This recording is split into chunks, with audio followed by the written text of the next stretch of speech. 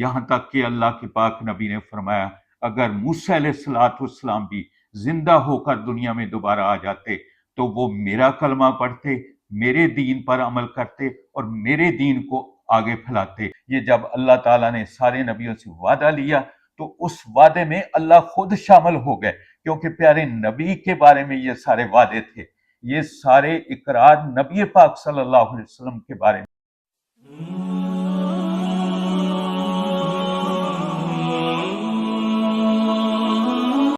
اعوذ باللہ من الشیطان الرجیم، بسم اللہ الرحمن الرحیم۔ آیت نمبر 81 تا 91، پارہ تیسرا، سورۃ آل عمران۔ ارشاد باری تعالیٰ ہے وَإِذَا أَخَذَ اللَّهُ مِيثَاقَ النَّبِيِّينَ لَمَا آتَيْتُكُم مِّن كِتَابٍ وَحِکْمَةٍ، جب اللہ نے تمام انبیاء سے وعدہ لیا کہ میں تمہیں نبوت اور رسالت، کتاب اور حکمت، کتاب، دانائی اور علم دے کر بھیجنے لگا ہوں دنیا میں، ثم جاءکم رسول، پھر تمہارے پاس رسول آ جائے اور وہ ایسا رسول ہو مصدق لما معکم کہ تم پر جو کتابیں نازل ہوئی ہیں، صحیفے نازل ہوئے ہیں، ان پر بھی ایمان لائے اور ان کو سچا کہے، اور تمہاری نبوت اور رسالت پر بھی ایمان لائے اور تمہیں سچا نبی اور رسول مانے، لَتُؤْمِنُنَّ بِهِ وَلَتَنْصُرُنَّ، تو پھر تم پر یہ لازم ہے کہ لازمی اس پر ایمان لانا اور اس کی مدد کرنا۔ تو نبیوں نے اللہ کے اس وعدے کا اس طرح پورا کیا، اللہ کے اس وعدے کو، کہ یہ اپنی امتوں کو کہہ کر گئے کہ ہمارے بعد جو بھی نبی آئے گا وہ سچا ہوگا، اور اس کی نشانی یہ ہوگی کہ وہ پہلے نبیوں کو سچا کہے گا۔ ثم جاءکم رسول مصدق لما معکم لتؤمنن بہ ولتنصرنہ قال اقررتم واخذتم علی ذلکم اصری،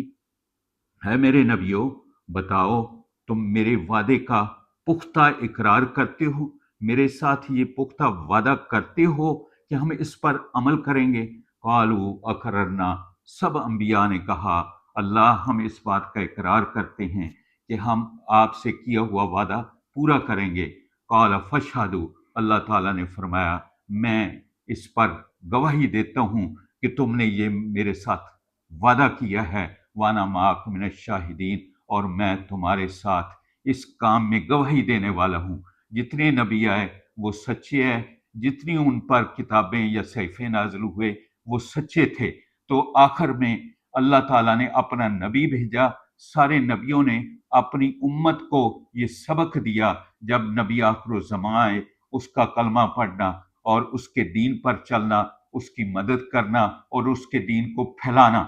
یہاں تک کہ اللہ کے پاک نبی نے فرمایا اگر موسیٰ علیہ السلام بھی زندہ ہو کر دنیا میں دوبارہ آ جاتے تو وہ میرا کلمہ پڑھتے، میرے دین پر عمل کرتے اور میرے دین کو آگے پھیلاتے۔ حضرت عمر رضی اللہ تعالی عنہ تورات کے کچھ اوراق پڑھ رہے تھے، نبی رحمت کی رحمت بھری نظر آپ پر پڑی تو آپ غضبناک ہوئے۔ آپ نے فرمایا عمر سنو،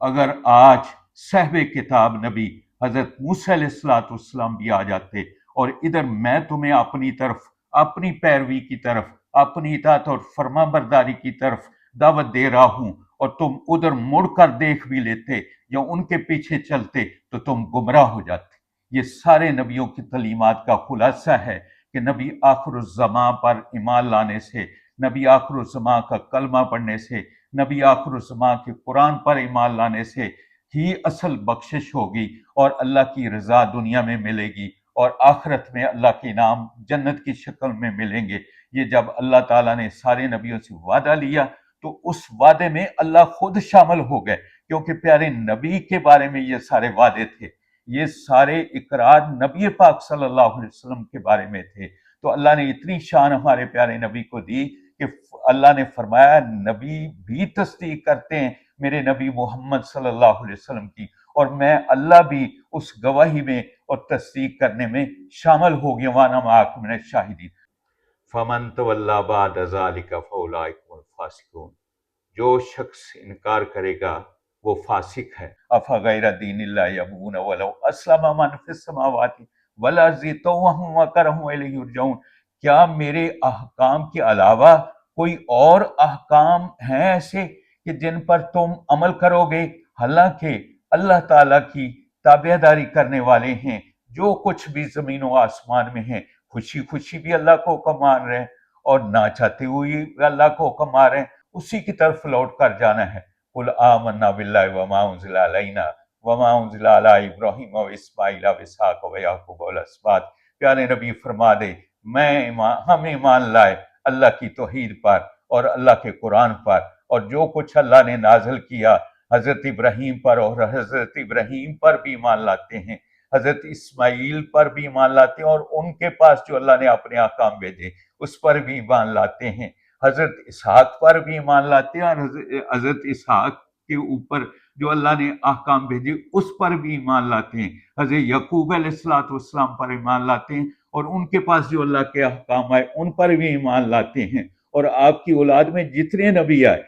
سب پر ہم ایمان لاتے ہیں۔ وما اوتی موسیٰ و عیسیٰ، جو حضرت موسیٰ علیہ السلام پر نازل ہوئی تورات، جو اصلی حالت میں آپ پر اللہ کے احکام ہیں اس پر بھی ایمان لاتے ہیں، حضرت موسیٰ پر بھی ایمان لاتے ہیں، حضرت عیسیٰ پر بھی ایمان لاتے ہیں، انجیل پر بھی ایمان لاتے ہیں، والنبیون من ربہم، اور سب نبیوں پر ایمان لاتے ہیں۔ لا نفرق بین احد منہم ونحن لہ مسلمون، ہم تو کسی کی شان میں معمولی سا بھی فرق نہیں کرتے ہیں، کیونکہ ہم اللہ کے حکم ماننے والے ہیں۔ وَمَن يَبْتَغِ غَيْرَ الْإِسْلَامِ دِينًا فَلَن يُقْبَلَ مِنْهُ وَهُوَ فِي الْآخِرَةِ مِنَ الْخَاسِرِينَ۔ اللہ فرما رہے ہیں یہ ہیں میرے احکام، یہ ہے میرا دین اسلام، اور اگر کوئی اس دین اسلام کے علاوہ، محمد رسول اللہ کی تعلیمات کے علاوہ، محمد رسول اللہ کا کلمہ پڑھنے کے علاوہ، قرآن کے علاوہ، نبی آخر الزمان پر ایمان لانے کے علاوہ